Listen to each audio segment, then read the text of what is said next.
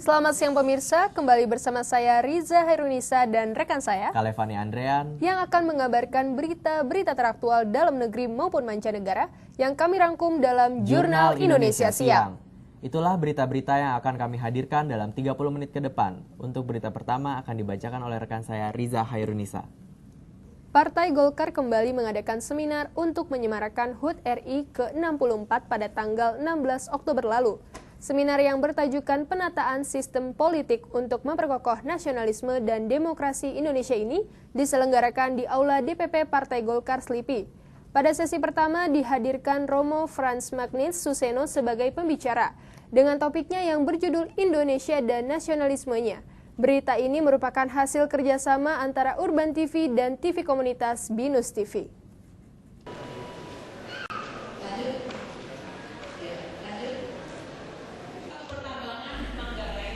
Beberapa waktu yang lalu diadakan seminar nasional Partai Golkar di Aula DPP Partai Golkar Anggrek Neli, Jakarta Barat.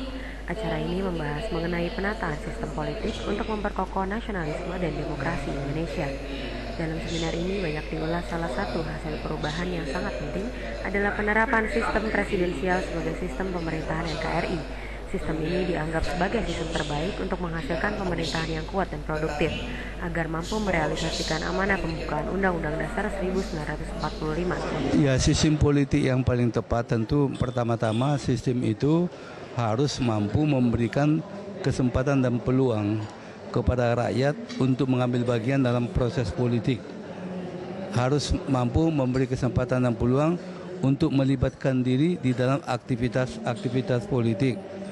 Harus mampu dan memberi peluang kepada berdirinya partai-partai politik yang sejalan dengan aspirasi-aspirasi kuat yang ada di dalam masyarakat. Memang kalau sekarang berbicara tentang sistem presidensial yang diadopsi oleh Indonesia, sebetulnya kita tidak betul-betul mengadopsi semua prasyarat yang menjadi komitmen dari sistem presidensial tersebut. Dengan multi partai yang ada di Indonesia, sebetulnya itu pun sudah rancu apakah ini sistem parlementer ataukah sistem presidensial. Nah, untuk mendudukkan bahwa sistem presidensial itu kekuasaan ada presiden yang lebih menentukan, maka seharusnya dibuat satu penataan sistem politik, yaitu lewat revisi undang-undang politik. Seperti misalnya yang sekarang ini Golkar lakukan, bahwa undang-undang politik yang sekarang ada itu sangat membuka peluang. Salah satu bank dengan jumlah nasabah terbanyak di Indonesia kembali meluncurkan layanan terbarunya, e-commerce. Bertempat di Hotel Kempinski, Jakarta, Bank Sentral Asia memaparkan sejumlah alasan mengapa layanan transaksi online ini patut diadakan. Peluncuran e-commerce BCA ini ditandai dengan penandatanganan beberapa merchant e-commerce BCA, antara lain Binus University, Gramedia Online, dan Tun Hotels. PT Bank Sentral Asia meluncurkan layanan e-commerce BCA, yaitu sebuah layanan pemrosesan transaksi online kartu kredit di website merchant. E-commerce telah menjadi salah satu sarana bisnis paling signifikan dalam perdagangan dunia. Acara peluncuran yang berlangsung di Ballroom Kempinski ini ditandai dengan penandatanganan pengukuhan kerjasama antara PT Bank Sentral Asia dengan beberapa merchant e-commerce BCA. Binus University, Gramedia Online, dan Tun Hotels adalah partner yang sudah bekerja sama dengan PT Bank Sentral Asia. Binus University diberikan kesempatan untuk demo transaksi setelah penandatanganan pengukuhan acara tersebut. Kita melihat bahwa dengan Pemirsa, jangan beranjak terlebih dahulu karena Jurnal Indonesia Siang akan kembali setelah pesan-pesan yang berikut ini.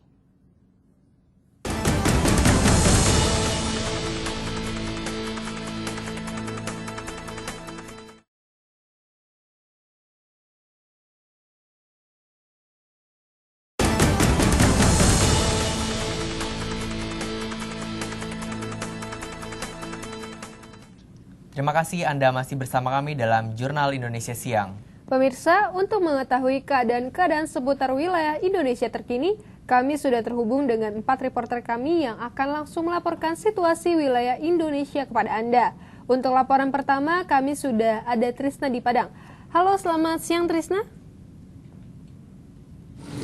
Oke, terima kasih buat rekan saya yang dalam studio Riza dan Kalevani. Sekarang saya berada di Jalan Imam Bonjol, Kota Padang. Lokasi ini di mana tempat bentroknya para warga antar kecamatan Pulau Walo dan Kabubuneng. Bentrokan tersebut terjadi pada Kamis lalu. Telah dilihat di belakang saya, jalanan sudah kembali ramai karena pada beberapa hari yang lalu jalanan ini sempat ditutup oleh para warga demi keamanan pengendara. Kejadian bentrok ini berlangsung sekitar 5 jam. Kejadian ini juga banyak menimbulkan korban jiwa. Namun saat ini korban jiwa sudah berhasil dievakuasi oleh tim penyidik. Demikian liputan dari Trisna dan Yusmega yang bertugas. Sekarang saya lemparkan kepada rekan saya ada di Jogja. Silakan Yusmega. Oke Trisna, terima kasih. Sekarang saya telah berada di Universitas Gadjah Mada Yogyakarta. Terlihat di belakang saya perkuliahan telah kembali normal, di mana beberapa pekan lalu sempat dinonaktifkan karena terkena dampak dari letusan Gunung Merapi. Tapi sekarang, setelah beberapa minggu kemudian, perkuliahan kembali normal dan sekarang semua berjalan lancar. Sekian laporan saya Yusmega Ramadhan beserta kameramen. Sekarang saya serahkan kepada rekan saya. Terima kasih Yusmega. Saat ini saya sedang berada di Sungai Raya, Kalimantan Barat. Saat ini sedang terjadi tergelincirnya pesawat Lion Air dari Jakarta di ujung landasan Bandara Supadio Pontianak. Ada 100 penumpang lebih di dalamnya dan tidak ada korban jiwa dalam peristiwa ini. Informasi sementara yang diperolehnya pesawat tersebut sudah melakukan pendaratan dengan mulus di landasan bandara. Namun karena hujan yang terus-menerus mengakibatkan landasan licin sehingga pesawat tersebut tergelincir di ujung landasan. Dan saat ini dari tim Rumah Sakit Supadio sedang mengevakuasi penumpang-penumpang lainnya yang terluka dan pilot serta pramugari dalam pesawat Lion Air tersebut. Demikian laporan dari saya kembalikan kepada rekan saya Putri. Terima kasih Olive. Pemirsa, saat ini saya sedang berada di tempat pengungsian Manokwari, Papua. Sekitar 200 anak pengungsi banjir di Manokwari, Papua kemarin mendapatkan makanan dari tim penggerak PKK Manokwari. Di antaranya makanan itu berupa bubur ayam dan susu. Makanan ini menjaga anak-anak agar tak mudah tertular penyakit pasca banjir. Selain makanan tambahan, anak-anak juga mendapatkan pemeliharaan kesehatan gratis. Hingga saat ini jumlah pengungsi di tenda-tenda pengungsian di lapangan Mahodi Manokwari dilaporkan mencapai 1.297 orang. Rencananya pemberian makanan tambahan akan tetap berlangsung selama pengungsi belum pindah ke tempat yang lebih layak. Sebelumnya diberitakan sebagian besar korban banjir masih harus dirawat karena menderita patah tulang dan luka bakar akibat hantaman kayu dan batu. Bukan hanya orang dewasa, anak-anak pun masih menjalani perawatan intensif. Sementara korban yang kondisinya membaik sudah dipulangkan pulang. Putri dan Sani melaporkan dari Papua. Kembali ke studio. Terima kasih Putri atas laporannya. Pemirsa, berita selanjutnya datang dari Amerika. Washington DC boleh terkenal dengan kesibukan pemerintahannya yang luar biasa, mulai dari mahasiswa hingga ekspatriat menjamu nasib di kota metropolitan tersebut. Namun di sela-sela kesibukan kotanya, Washington DC masih memiliki cita rasa kuliner khas Western yang luar biasa.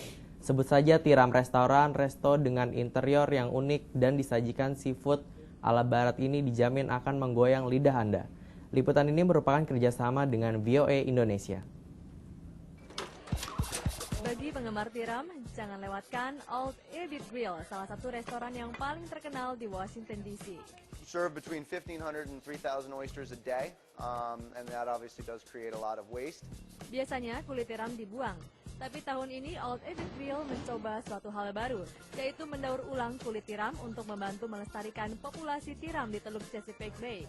The Oyster Recovery Partnership mengelola sisa-sisa tiram ini. We send them through a washing process, which they are sent into a machine, hit with water. Di Pusat Penelitian Lingkungan Universitas Maryland, mesin raksasa ini digunakan untuk membersihkan kulit-kulit tiram. Setelahnya, kulit tiram dijemur di terik matahari selama setahun sebelum disiapkan untuk menjadi rumah bagi tiram-tiram bayi. Proses ini dilakukan di rumah penangkaran di Universitas Maryland. It is a critical species in the overall health of the Chesapeake Bay. Kondisi Teluk Chesapeake sangat buruk akibat erosi, penyakit dan panen yang berlebihan membuat populasi tiram menurun drastis. Padahal tiram dan kerang-kerangan bisa membentuk komunitas terumbu yang berfungsi menyaring air. Our real goal here is to try to bring healthy oyster populations back to the Chesapeake Bay so that we can help restore a healthy Chesapeake Bay, not just a healthy oyster population, but a healthy bay. Langkah awalnya adalah membentuk habitat yang tepat untuk membiarkan tiram. Ratusan juta larva tiram dimasukkan ke tangki khusus berisi ganggang yang sehat dan kaya nutrisi, tak seperti di Teluk Chesapeake. Setelah 2 hingga 4 minggu, larva tiram harus mengikatkan diri pada sebuah permukaan keras seperti kulit kerang. Jika sudah dewasa, tiram-tiram bayi ini nantinya akan dikembalikan ke teluk. Ini contoh tiram-tiram yang sudah setahun umurnya. Dalam 6 tahun ke depan akan terlihat seperti ini. Mereka akan cukup besar dan kuat sehingga organisme lainnya seperti remis dan teritip bisa menempel dan menjadi cikal bakal terbentuknya komunitas terumbu tiram.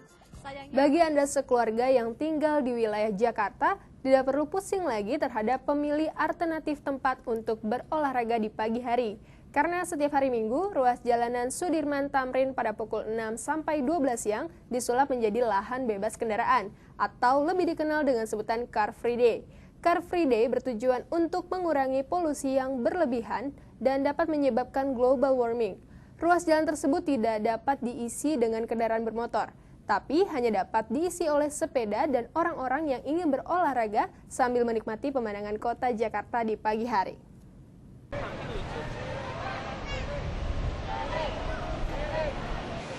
Pemerintah Provinsi DKI memberlakukan kawasan bebas kendaraan di Jalan Sudirman dan Tamrin. Pemberlakuan ini berlangsung dari pukul 6 pagi hingga pukul 12 siang waktu Indonesia Barat. Semua kendaraan pribadi maupun angkutan umum tidak diperbolehkan melintas di ruas Jalan Sudirman sampai Tamrin. Namun, bus Transjakarta tetap beroperasi seperti biasa. Car Free Day diberlakukan pada hari Minggu. Kegiatan ini bertujuan untuk mengatasi polusi udara dan sebagai tempat warga Jakarta untuk berolahraga, sekaligus menikmati keindahan kota Jakarta di pagi hari. Warga Jakarta pun tidak menyia-nyiakan kesempatan Car Free Day sekedar untuk sepeda santai, gerak jalan, bahkan hanya untuk jalan santai. Car Free Day pun akan diuji coba di kota-kota lain seperti di Solo, Bogor, dan Bandung. Hal ini disebabkan karena pemerintah beranggapan Car Free Day yang telah ditetapkan di Jakarta telah berhasil sehingga perlu ditetapkan di daerah lain juga. Akhir tahun kembali dimeriahkan dengan diluncurkannya sebuah film 3D Hollywood yang berjudul Tron Legacy.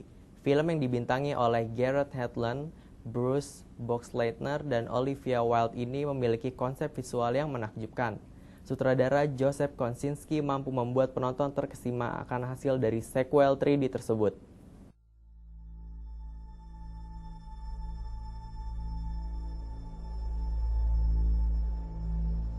I promised you that if I ever got any information about your dad, I'd tell you first, right?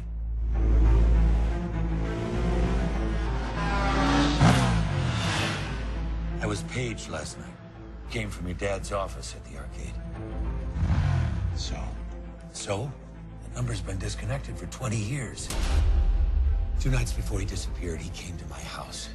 He said he was about to change everything, science, medicine, religion.